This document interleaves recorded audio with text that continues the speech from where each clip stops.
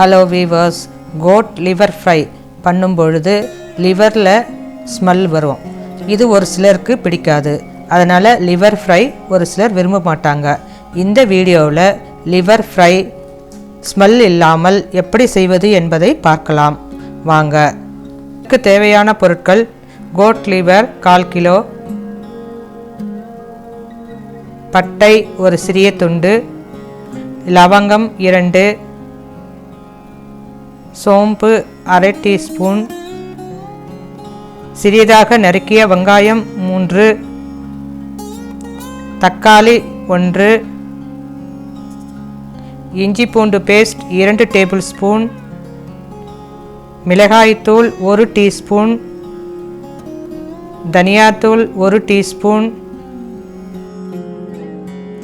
கரம் மசாலா தூள் 1/4 டீஸ்பூன், மஞ்சள் தூள் 1/4 டீஸ்பூன், கருவேப்பிலை சிறிதளவு, கொத்தமல்லி சிறிதளவு. வறுத்து பொடி செய்வதற்கு தேவையான பொருட்கள்: மிளகு 2 டேபிள் ஸ்பூன், சீரகம் 1 டீஸ்பூன், சோம்பு 1 டீஸ்பூன், தனியா 1 டீஸ்பூன். முதல்ல ஒரு கடாயில் எண்ணெய் இல்லாமல் எல்லா மசாலா பொருட்களையும் தனித்தனியாக வறுத்து எடுத்து வச்சுக்கலாம். மிளகு, தனியா, சீரகம், சோம்பு எல்லாவற்றையும் தனித்தனியாக வறுத்து எடுத்து ஆற வச்சுக்கோங்க.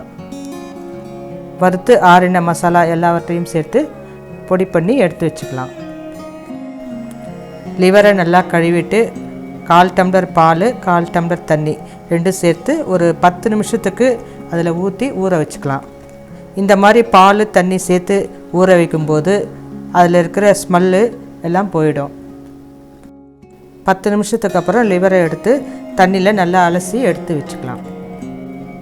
ஸ்டவ்வில் கடாயை வச்சு 1 டேபிள் ஸ்பூன் எண்ணெயை விட்டு எண்ணெய் காஞ்சதும்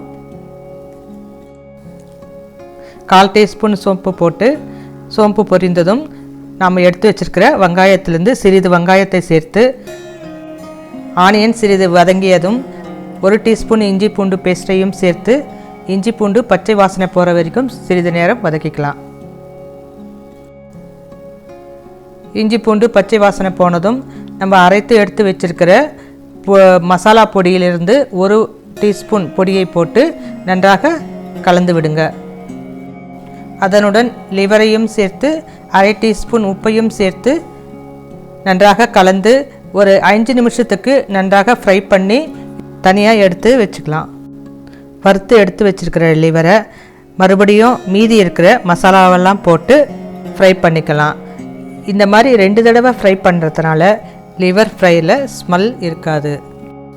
அடுத்து ஸ்டவ்வில் கடாயை வைத்து 3 டேபிள் ஸ்பூன் எண்ணெயை விட்டு எண்ணெய் காய்ந்ததும் மீதி இருக்கின்ற மசாலா பொருட்களை எல்லாம் ஒன்றொன்றாக சேர்த்துடலாம்.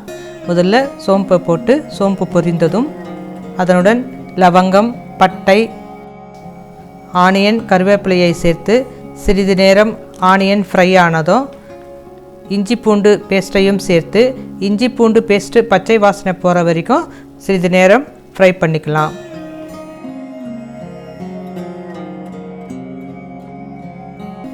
இஞ்சி பூண்டு பச்சை வாசனை போனதும் நம்ம எடுத்து வச்சுருக்கிற தக்காளியை சேர்த்து நல்லா ஃப்ரை பண்ணிக்கோங்க. தக்காளி நல்லா மேஷ் ஆகிற வரைக்கும் ஃப்ரை பண்ணிக்கலாம். தக்காளி நல்லா மேஷ் ஆனதும் நம்ம வறுத்து எடுத்து வச்சுருக்கிற லிவரை அதனோடு சேர்த்துக்கலாம். அடுத்து லிவருடன் மிளகாய்த்தூள், தனியாத்தூள், மஞ்சள் தூள், வறுத்து அரைத்து எடுத்து வச்சுருக்கிற மசாலா பொடியையும் சேர்த்துக்கலாம்.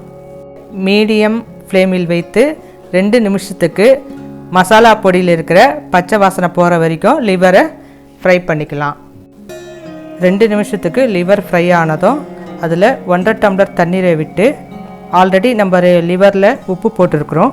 அதனால் இந்த மசாலாவுக்கு மட்டும் தேவையான 1 டீஸ்பூன் உப்பையை போட்டு ஒரு தட்டு போட்டு மூடி ஒரு 10 நிமிஷத்துக்கு இதை வேக விடுங்க. 10 நிமிஷத்தில் லிவர் நல்லா வெந்துடும். பாருங்கள், லிவர் நல்லா வெந்து நம்ம ஊற்றிருக்கிற எண்ணெயெல்லாம் மேலே வந்திருக்குது. இந்த சமயத்தில் 1/4 டீஸ்பூன் கரம் மசாலா தூளையும் சேர்த்து ஒரு 2 நிமிஷத்துக்கு நல்லா ஃப்ரை பண்ணிக்கலாம். மிளகுத்தூளை சேர்த்து கொத்தமல்லியை தூவி இறக்கி விடுங்க. இட்லி, தோசை, சப்பாத்திக்கு இந்த மாதிரி செமி கிரேவியாக எடுத்து வச்சுக்கலாம். லிவர் ட்ரை ஃப்ரை வேணும்னா நீங்கள் இதை 2 நிமிஷத்துக்கு சிம்மில் வைத்து நல்லா ஃப்ரை பண்ணுங்கள். பாருங்கள், நமது அருமையான லிவர் ஃப்ரை ரெடி ஆகிடுச்சு. உங்களுக்கு பிடித்திருந்தால் சப்ஸ்கிரைப் பண்ணுங்கள், ஷேர் பண்ணுங்கள், பக்கத்தில் இருக்கிற பெல் பட்டனை அழுத்தி ஆல் என்ற ஐக்கானை செலக்ட் பண்ணுங்கள். தேங்க்யூ.